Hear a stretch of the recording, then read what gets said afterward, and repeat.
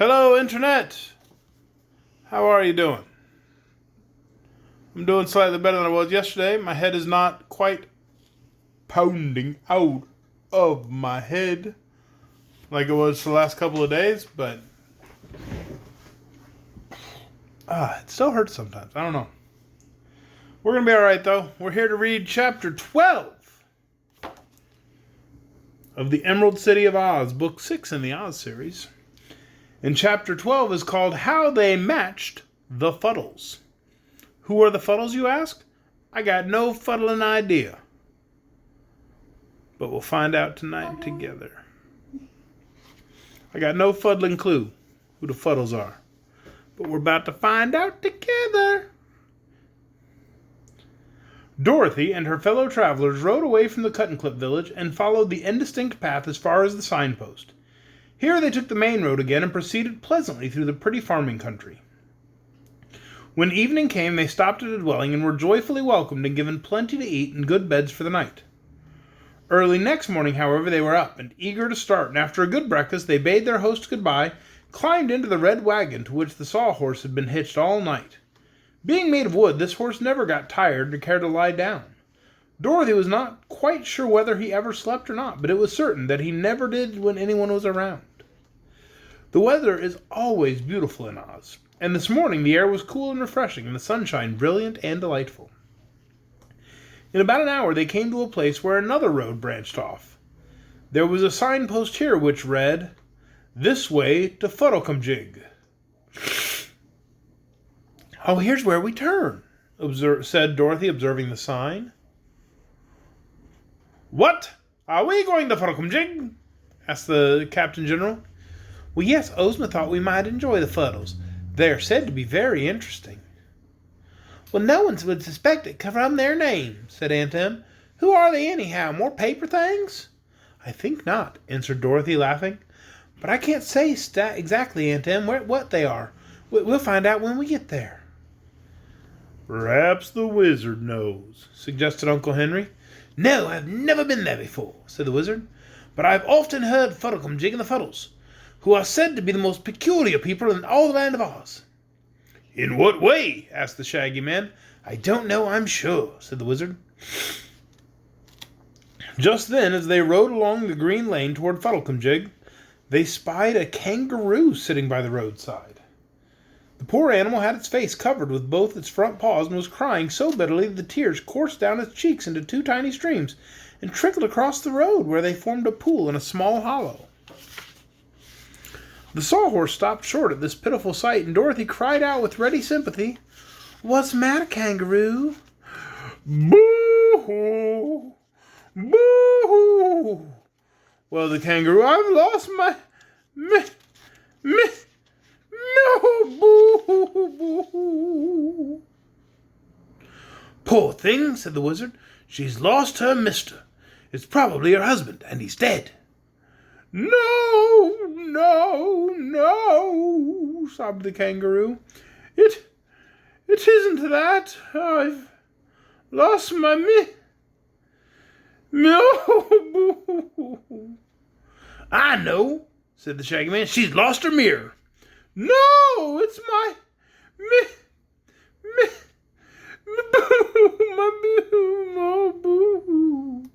And the kangaroo cried harder than ever. "It must be her mince pie," suggested Aunt Em. "Or her milk toast," proposed Uncle Henry. "I've lost my mittens," said the kangaroo, getting it out at last. "Oh!" cried the yellow hen with a cackle of relief. "Why didn't you say so before?" I couldn't," answered the kangaroo. "But see here," said Dorothy, "you don't need mittens in this warm weather."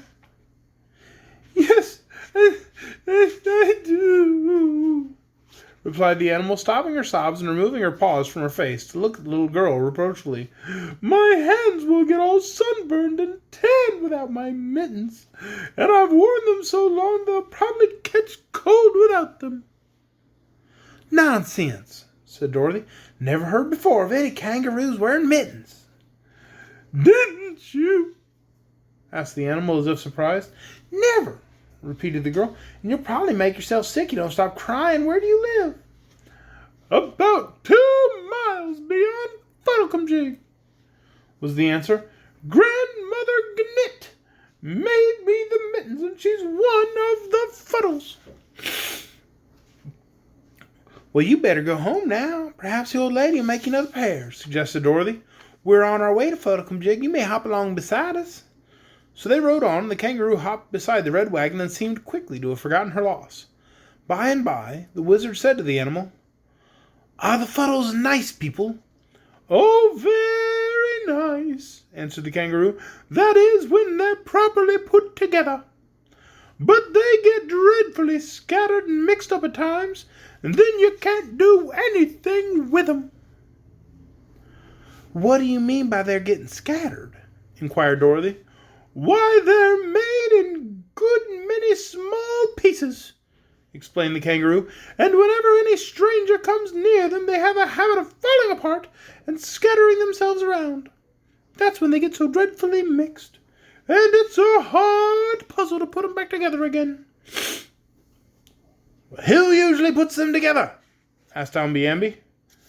"Oh, anyone who's able to match the pieces.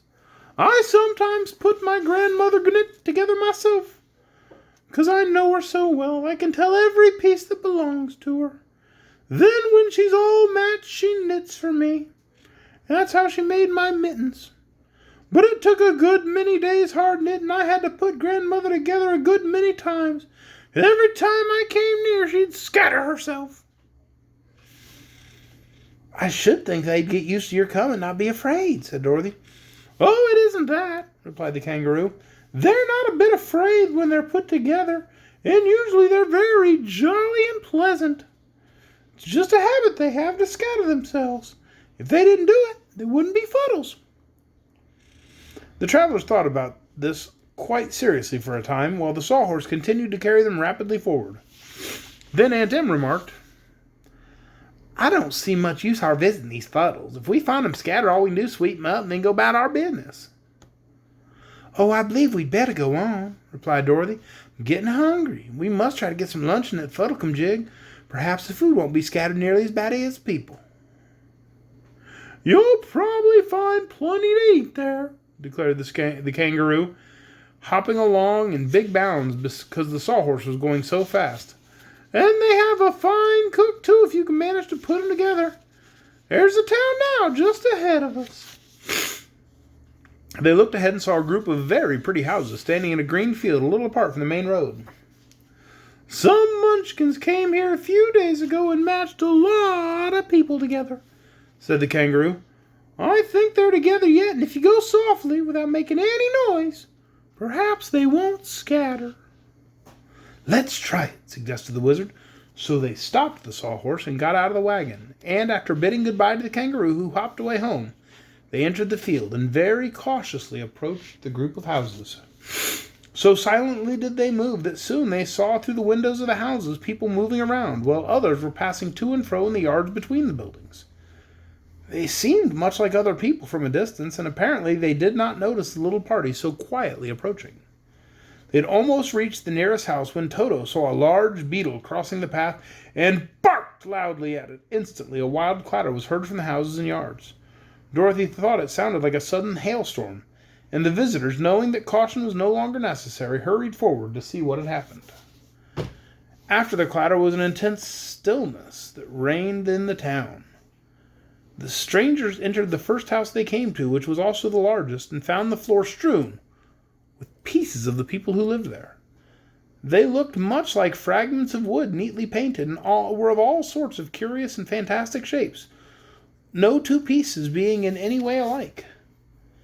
They picked up some of these pieces and looked at them carefully.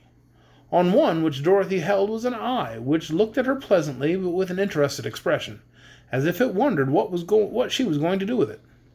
Quite near, she discovered and picked up a nose, and by matching the two pieces together, found they were part of a face. "If I could find the mouth," she said, "this Fuddle might be able to tell us what to do next."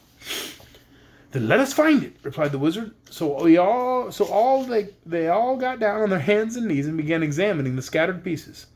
"I found it!" cried the Shaggy Man, and ran to Dorothy with a queer-shaped piece that had a mouth on it.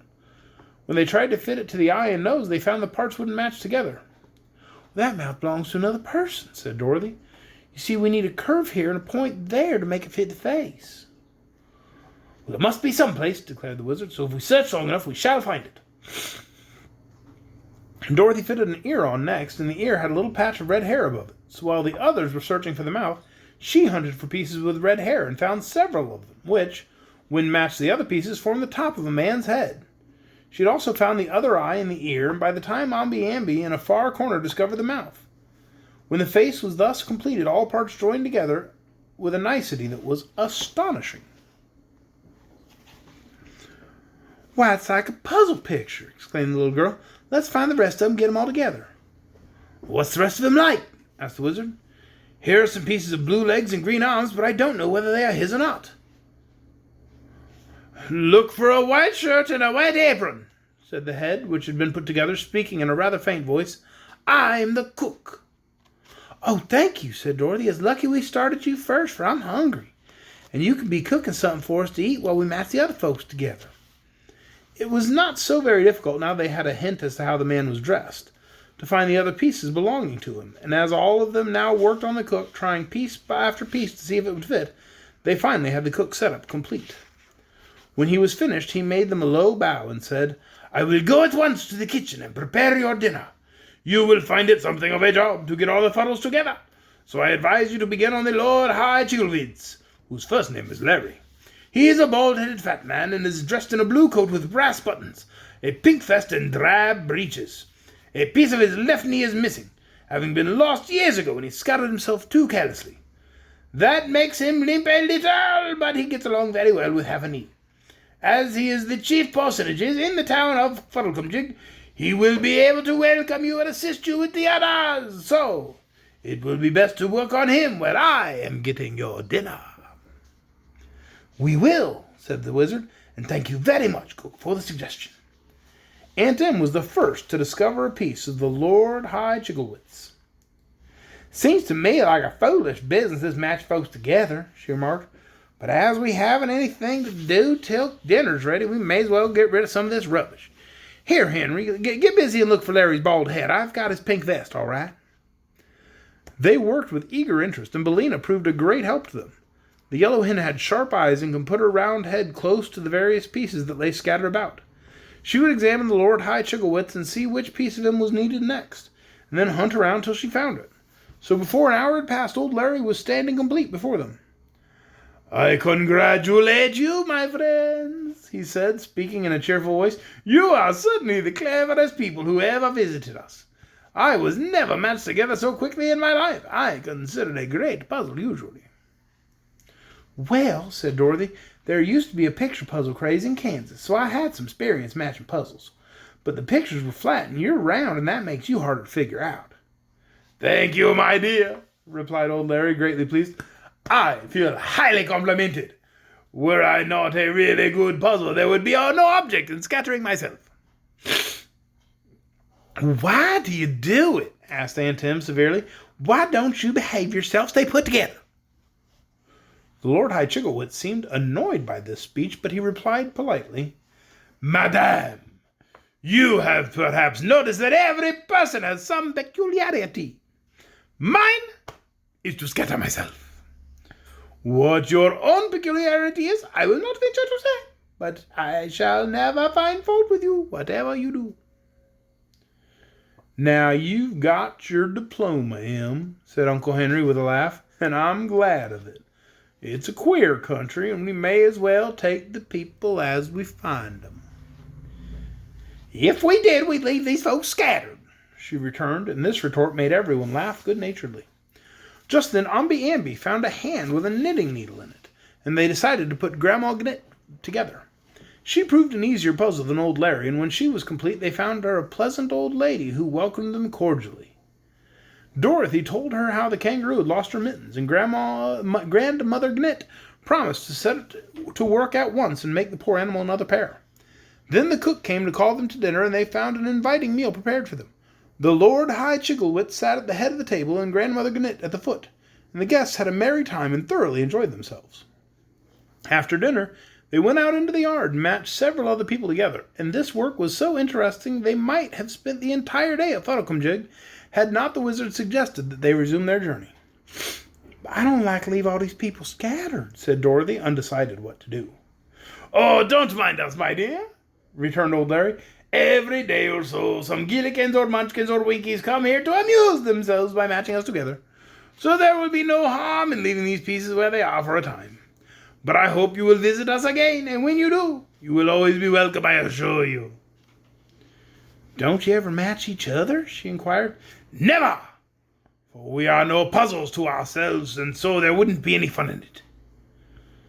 They now said goodbye to the queer Fuddles and got into their wagon to continue their journey. "Those certainly are strange people," remarked Aunt Em thoughtfully as they drove away from Fuddlecumjig. "But I really can't see what use they are at all." "Why, they amused us for several hours," replied the wizard. "That is being used to us, I'm sure." "I think they're more fun than playing solitaire or mumbledy-peg," declared Uncle Henry soberly. "For my part, I'm glad we visited the Fuddles." And that is the end of Chapter 12, How They Matched the Fuddles. Tomorrow night, I hope to be feeling even better so we can read Chapter 13 together, How the General Talked to the King. I do hope you'll join us. Good night, everyone.